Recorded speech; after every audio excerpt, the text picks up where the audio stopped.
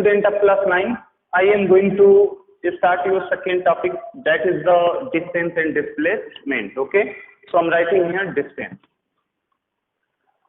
Let us suppose body is at a point A. हमारी ये body point A पे है, यानी जो बॉडी है वो A पे है, तो A बॉडी का क्या हो जाएगा, पोजीशन, यानी ये जो है वो पोजीशन ऑफ बॉडी। अब बॉडी हमारी पॉइंट A से कहाँ जाना चाहती है, पॉइंट B पे जाना चाहती है। तो बॉडी अगर A से B पे जाना चाहती है तो बॉडी को A से B पे जाने के लिए बहुत सारे पाथ होंगे, जिससे होके हमारी बॉडी A से B पे पहुंच सकती है। कहने का मतलब ये है कि अगर हमारी ये बॉडी चाहे तो ऐसे A से B पे बॉडी पहुंच सकती है, या फिर जो है बॉडी चाहे तो A से B पे इस तरह से जा सकती है, या बॉडी चाहे तो हमारी ऐसे जा सकती है।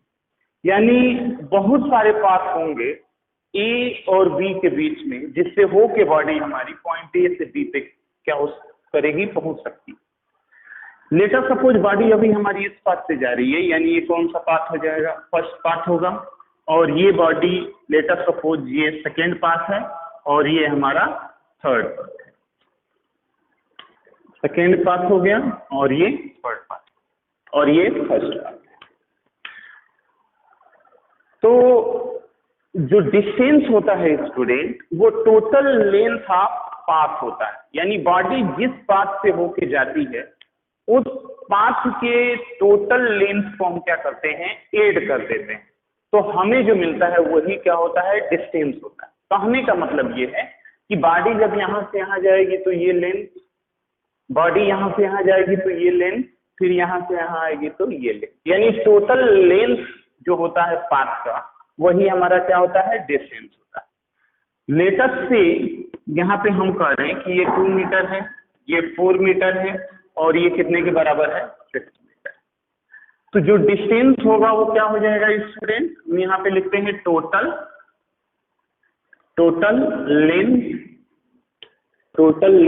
Of path, total length of path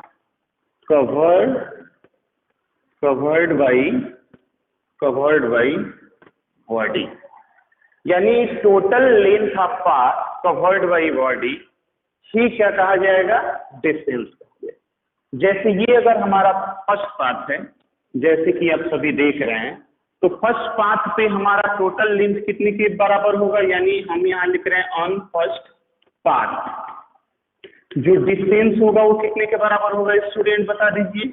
जो डिस्टेंस होगा वो टोटल लेंथ ऑफ पाथ होगा, मतलब ये 2 मीटर, ये 4 मीटर और ये 6 मीटर, यानी ये हो जाएगा 2 मीटर प्लस 4 मीटर प्लस ये हो जाएगा 6 मीटर इज इक्वल टू ये कितना हो जाएगा, 12।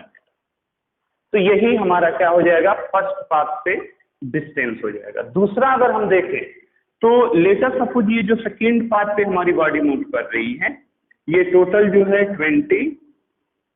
20 मीटर है। तो इस सेकेंड पाथ पे जो है, ऑन सेकेंड पाथ अगर हम देखें तो जो डिस्टेंस होगा वो कितने के बराबर हो जाएगा, 20 मीटर। और थर्ड पाथ पे हम ये देख रहे हैं कि ये लेट अस सपोज 2 मीटर, ये 10 मीटर, ये 6 मीटर है।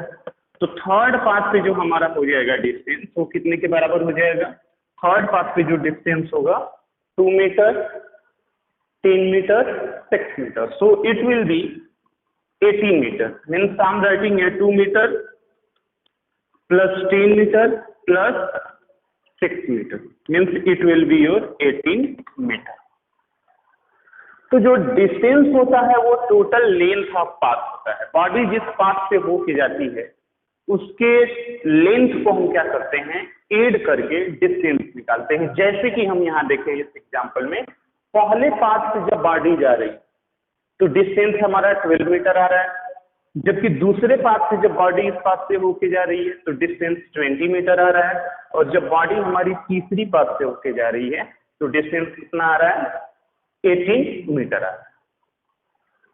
हर एक पाथ से बॉडी अगर होके गुजर रही है तो डिस्टेंस भी अलग अलग आ रहा है, यानी ये जो हमारा डिस्टेंस होता है ये पाथ पे डिपेंड करता है कि बॉडी किस पाथ से होके जा रही है। क्लियर है? यानी जो डिस्टेंस होता है, हम यहां लिख रहे हैं डिस्टेंस डिपेंड्स ऑन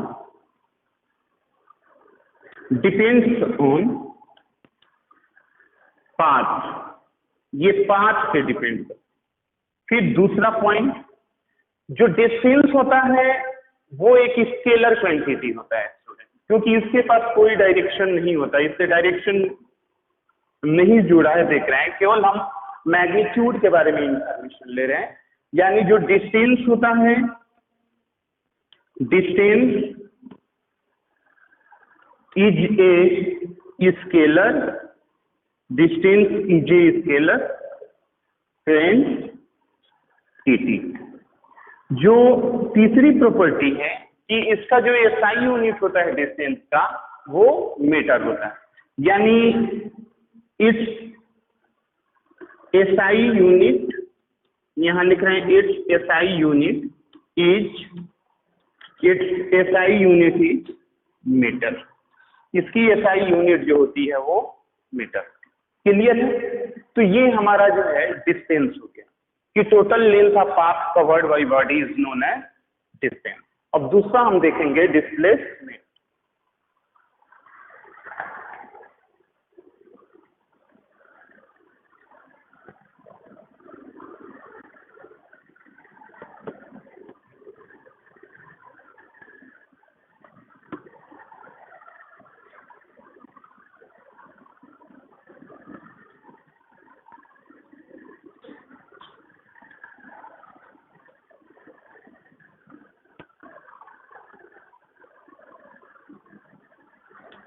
अब हमें जो सेकेंड टॉपिक देखना है स्टूडेंट, वो देखना है डिस्प्लेस।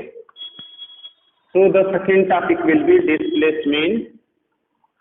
देख होगा डिस्प्लेसमेंट देखना है। अब ये डिस्प्लेसमेंट क्या होता है?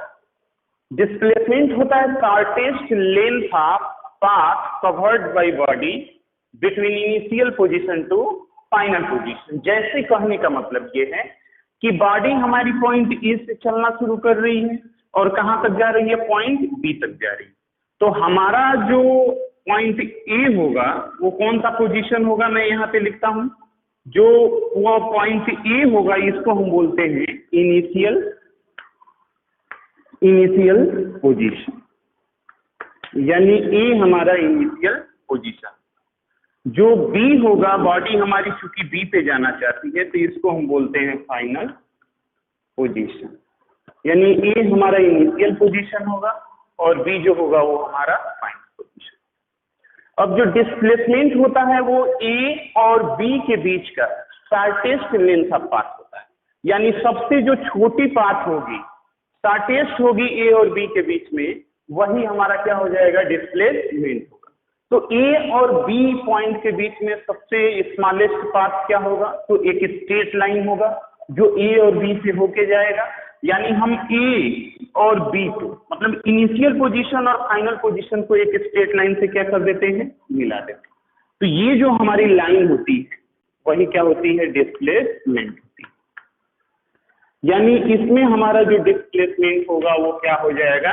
A B. और बॉडी कहां से कहां जा रही है? ए से बी पे जा रही है। यानी इसके पास हमारा डायरेक्शन भी होता है। और डायरेक्शन कहां से है जरा बता दीजिए? From A to B. यानी बॉडी ए से बी पे जा रही है तो इसके पास क्या है? डायरेक्शन। यानी जो डिस्प्लेसमेंट होता है वो क्या है स्टूडेंट बता दीजिए? तो displacement is the shortest length of path between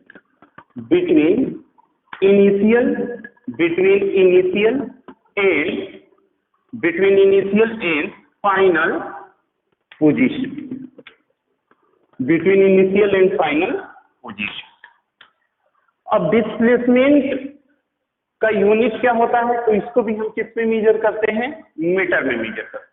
यानी इसका जो यूनिट होता है, it's SI unit, I am writing here, it's SI unit is meter. वो मीटर होता है। दूसरा, ये एक वेक्टर क्वांटिटी होता है। यानी इसके पास जो है डिस्प्लेसमेंट के पास डायरेक्शन भी होता है। तो हम यहाँ लिखते हैं it is a vector quantity, it is a vector, it is a vector quantity. और जो तीसरा हमारा पॉइंट होता है वो ये होता है स्टूडेंट कि ये पॉइंट पे डिपेंड करता है, इनिशियल पोजीशन और फाइनल पोजीशन पे, ना कि ये पाथ पे डिपेंड करता है। मतलब it depends on initial, it depends on initial and final, it depends on initial and final position. Clear है? तो ये हमारा क्या होता है, डिस्प्लेसमेंट। डिस्टेंस यानी हमारा टोटल लेंथ ऑफ पाथ होता है, जबकि displacement shortest length of path. Shortest length of path अगर हम इसको ये बोल दें कि स्ट्रेट लाइन, सिंपली हम लिख देते हैं और straight line between initial and final position, between initial and final, सीधे एक स्ट्रेट लाइन से मिला देते, तो हम क्या पाएंगे, डिस्प्लेसमेंट पाएंगे। ओके ओके स्टूडेंट, अब हमें न्यूमेरिकल के थ्रू डिस्टेंस और डिस्प्लेसमेंट को देखना है कि किस तरह से न्यूमेरिकल हमारा बनता है। तो हम पहला अब देखते हैं। लेटेस्ट सपोज हमारी बॉडी पॉइंट ए से चलना शुरू कर रही है, ए से कहाँ जा रही है, बी पे, बी से कहाँ जा रही है, सी पे। उसके बाद सी से हमारी बॉडी गई डी, और लाइकवाइज डी से जो है बॉडी ई पे पहुंच रही। तो अब हमें फाइंड आउट करना है कि फाइंड, आई एम राइटिंग है find distance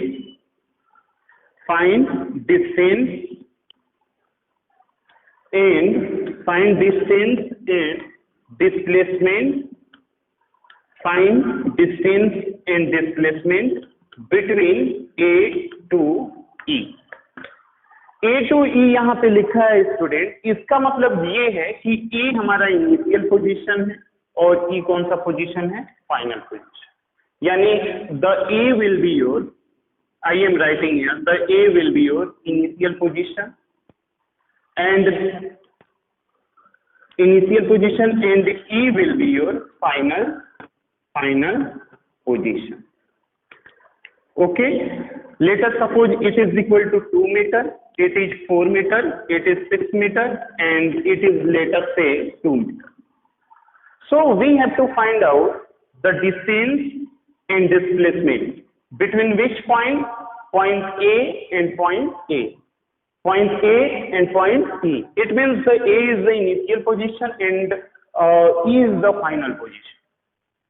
So what will happen in this case? If we want to find out the distance, so we know that distance is equal to, अगर हमें distance find out करना है तो distance क्या होगा student, distance will be total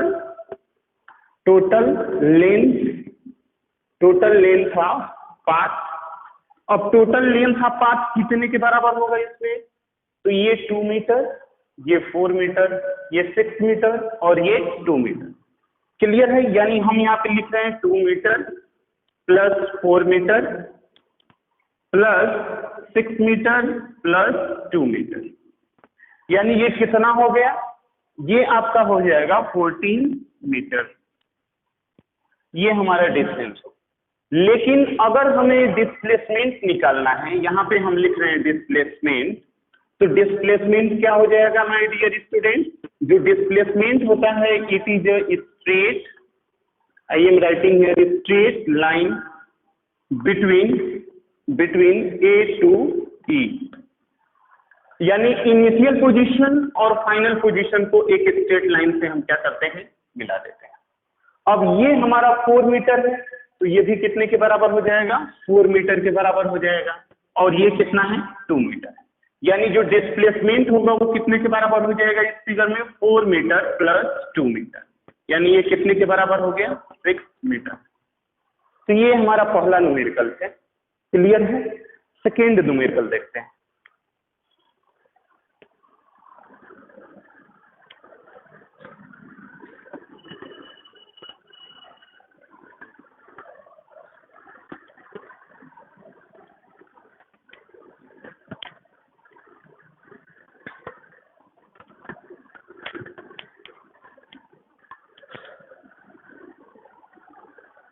okay student, so second numerical पे आते हैं।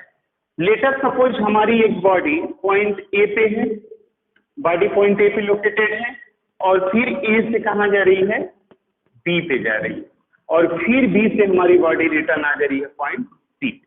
ये जो डिस्टेंस है वो कितने के बराबर है, 6 मीटर के, और ये जो डिस्टेंस है वो कितने के बराबर है, 2 metre.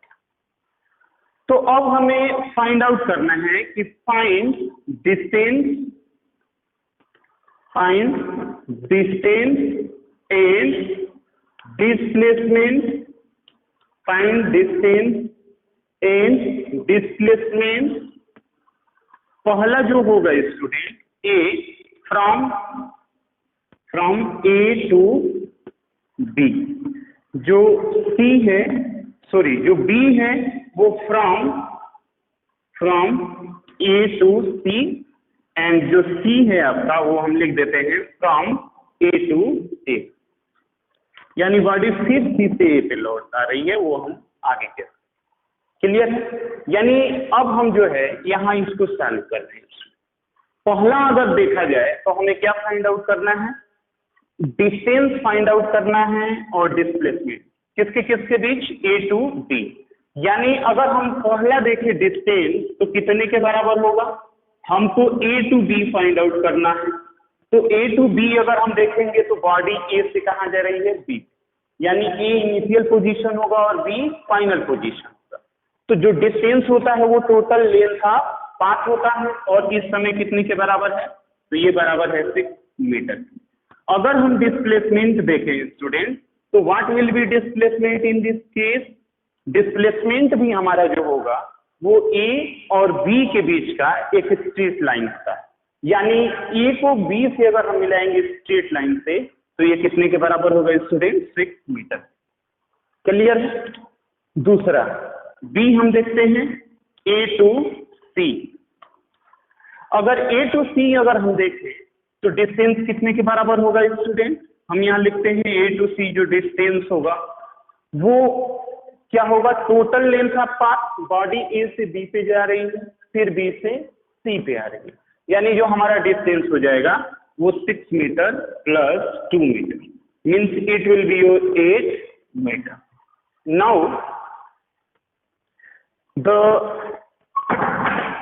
now the displacement will be equal to how much, I'm writing here displacement हमारा एक स्ट्रेट लाइन होता है, किसके बीच का, इनिशियल और फाइनल पोजीशन। यहाँ इनिशियल हमारा ए होगा और फाइनल पॉइंट हमारा सी होगा, और जब ए और सी को हम मिलाएंगे तो ये कितने के बराबर आ जाएगा, टोटल 6 है और ये 2 है, तो ये कितने के बराबर हो जाएगा, 4 मीटर।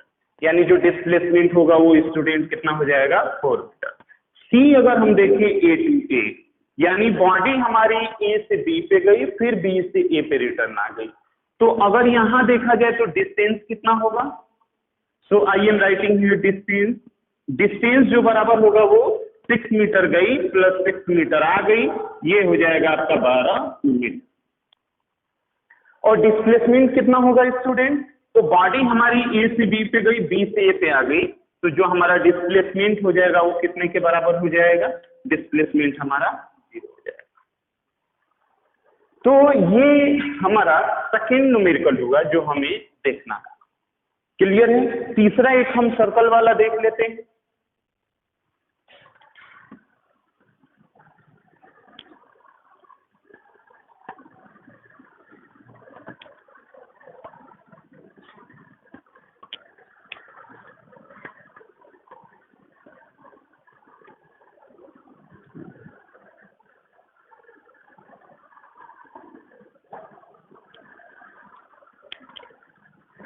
ओके स्टूडेंट, तीसरा हम देखते हैं सर्कल से रिलेटेड जो हमारा न्यूमेरिकल है वो। लेट अस सपोज यहाँ एक हमारा ये सर्कल है पॉइंट ओ, और ये जो रेडियस है ये कितने के बराबर है, इसका आर, और बॉडी अभी पॉइंट ए पे। क्लियर है?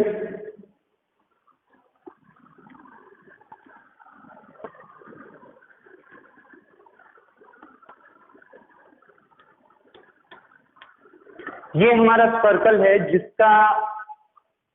जिसका रेडियस आर है और बॉडी इनिशियली पॉइंट ए पे लोकेटेड है। क्लियर है? तो अगर हमारी बॉडी पॉइंट ए से बी पे जाए, यानी आपको फाइंड आउट करना है पहला, यहां पे हम लिख देते हैं find distance and displacement, find distance and displacement. पहला फ्रॉम ए टू बी, यानी बॉडी अभी हमारी ए से कहां जा रही है? बी पे। तो जब बॉडी हमारी ए से बी पे जाएगी, या ए से लेटर सपोज हम एक सर्कल इसको घुमा देते हैं, ए पे जा रही है, यानी फ्रॉम ए टू ए, तो डिस्टेंस कितना होगा स्टूडेंट, जरा बता दीजिए। डिस्टेंस होता है total I am writing here, total length of path, और टोटल लेंथ ऑफ पाथ कितने के बराबर होगा? बॉडी इसके सरकमफरेंस पे घूम रही है, एक सर्कल कर रही है, तो जब इसके सरकमफरेंस पे घूमेगी तो सर्कल का सरकमफरेंस कितना होता है? 2 पाई आर, यानी यहाँ पे जो डिस्टेंस होगा वो कितना होगा? 2 पाई आर। और डिस्प्लेसमेंट कितना हो जाएगा स्टूडेंट? जो डिस्प्लेसमेंट होगा वो बराबर होगा 0 के। क्यों 0? क्योंकि बॉडी हमारी ए से चली, फिर ए पे ही रिटर्न आ गई। क्लियर है? अब सेकेंड हम जो है यहाँ पे देख रहे हैं बी। लेटर सपोज हमारी ये जो बॉडी है वो ए से कहाँ जा रही है? बी, यानी बॉडी हमारी ए से चली और हाफ सर्कल जो है, और इसको कह सकते हैं ये हमारा कंप्लीट सर्कल, इसको हम लिख देते हैं कंप्लीट सर्कल, और यहाँ हम लिख देते हैं हाफ सर्कल। हाफ सर्कल का मतलब ये है स्टूडेंट ए टू बी। तो क्या होगा डिस्टेंस बताइए? जब बॉडी हमारी ए से चली और बी पे आ गई तो जो डिस्टेंस होगा वो कितना होगा बता दें आप सभी। डिस्टेंस हमारा हो जाएगा, एक सर्कल जब कंप्लीट कर रही है तो डिस्टेंस 2 पाई आर है, तो जब ये हाफ करेगी तो कितना हो जाएगा? हाफ में हो जाएगा 2 पाई आर बाई 2, यानी ये हो जाएगा पाई आर। और डिस्प्लेसमेंट कितने के बराबर हो जाएगा स्टूडेंट? अगर हम डिस्प्लेसमेंट के बारे में देखें तो डिस्प्लेसमेंट एक स्ट्रेट लाइन होता है इनिशियल और फाइनल पोजीशन के बीच का, तो यहां से इसको हम ऐसे मिलाते, यानी ये जो है हमारा अगर आर है तो ये भी क्या हो जाएगा? आर होगा, यानी डिस्प्लेसमेंट हो जाएगा R plus R means 2 R. Clear है? अगर हमारी बॉडी ए से सी पे आ रही है, लेटर सपोज सी लिख रहे हैं, फ्रॉम ए टू सी, तो हमारा डिस्टेंस कितना हो जाएगा स्टूडेंट? अगर हम डिस्टेंस कैलकुलेट करें तो यहां से यहां जाने में हाफ, यानी पाई आर, और यहां से यहां जाने में हाफ का हाफ हो जाएगा, यानी ये हो जाएगा pi R plus pi R by 2। Clear है? और डिस्प्लेसमेंट कैसे निकालेंगे? तो इसको हम एक स्ट्रेट लाइन से मिला देंगे। अब ये वाला आर, ये 90 डिग्री है, पाइथागोरस थ्योरम लगा देंगे, तो डिस्प्लेसमेंट जो हो जाएगा वो बराबर हो जाएगा under root R square plus R square.